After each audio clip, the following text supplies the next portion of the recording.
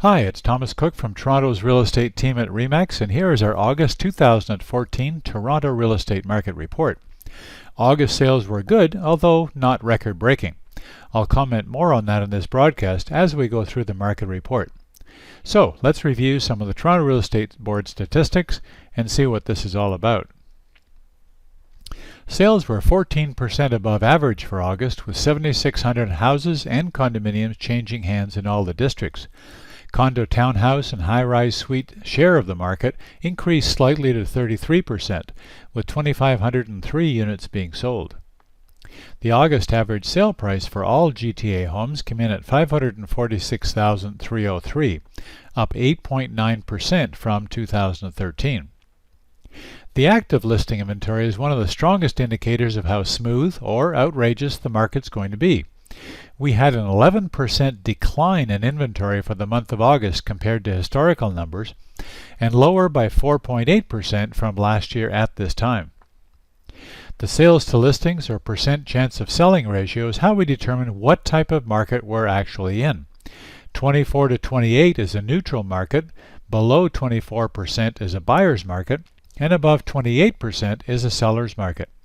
In August, that ratio finished at 42.5%, up 3% from last year's result. By the numbers, the overall market is in busy seller market territory. The days on market average for the entire Toronto Real Estate Board was 27, 3 days slower than in July. Generally, the market is moderating slightly as that ratio of sales to listings has slid from its high of 53.6% back in May. Historically, the fall market will stay at around the same 40% ratio plus or minus, giving some opportunities for buyers to make a good purchase. So let's look at what's happening in the downtown Toronto condominium market. West of Yonge and south of Bloor in the CO1 Treb district, the average sale price for August was just over $441,500. That number represented a modest 4.2% increase from the same time last year. With 339 condo sales in the month, the numbers were up 13% compared to 2013. The ratio of sales to listings stepped up to 25.8%, which puts CO1 right in the middle of neutral market territory. The days on market average came in at 37, which was 5 days slower than in July. Now, east of Yonge and south of Bloor in the CO8 Treb district, the average sale price for August was just under $436,000. That number represented an 8.2% increase from August 2013. And with 112 condo sales in the month, the numbers were 16% lower than last year. The ratio of sales to listings dropped back to 37.3% from 40% in July. That number leaves CO8 in moderate seller market territory. The average days on market came in at 32, 4 days slower than in July. So to summarize, in CO1 west of Yonge, a year-over-year 13% increase in listings, or just over 150 units, resulted in an increase of 39 sales.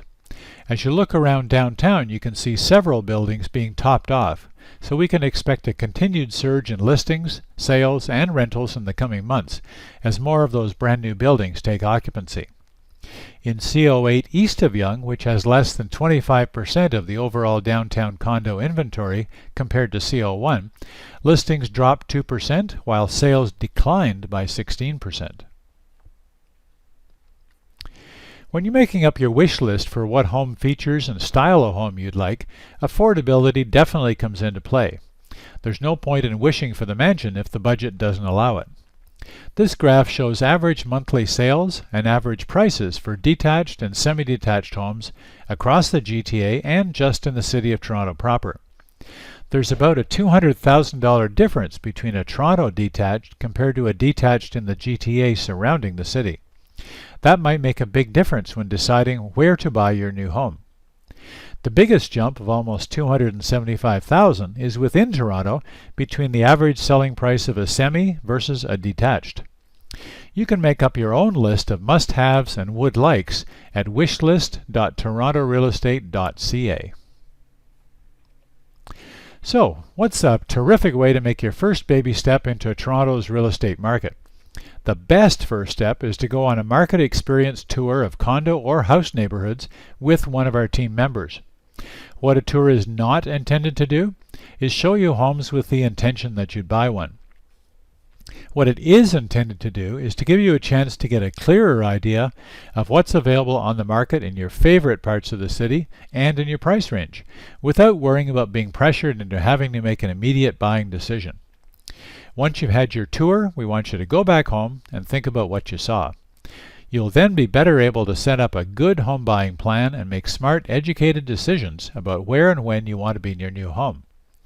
You can sign up for your condo tour at dailydowntowncondotours.com. That's dailydowntowncondotours.com, and a tour of houses at dailytorontohometours.com. dailytorontohometours.com.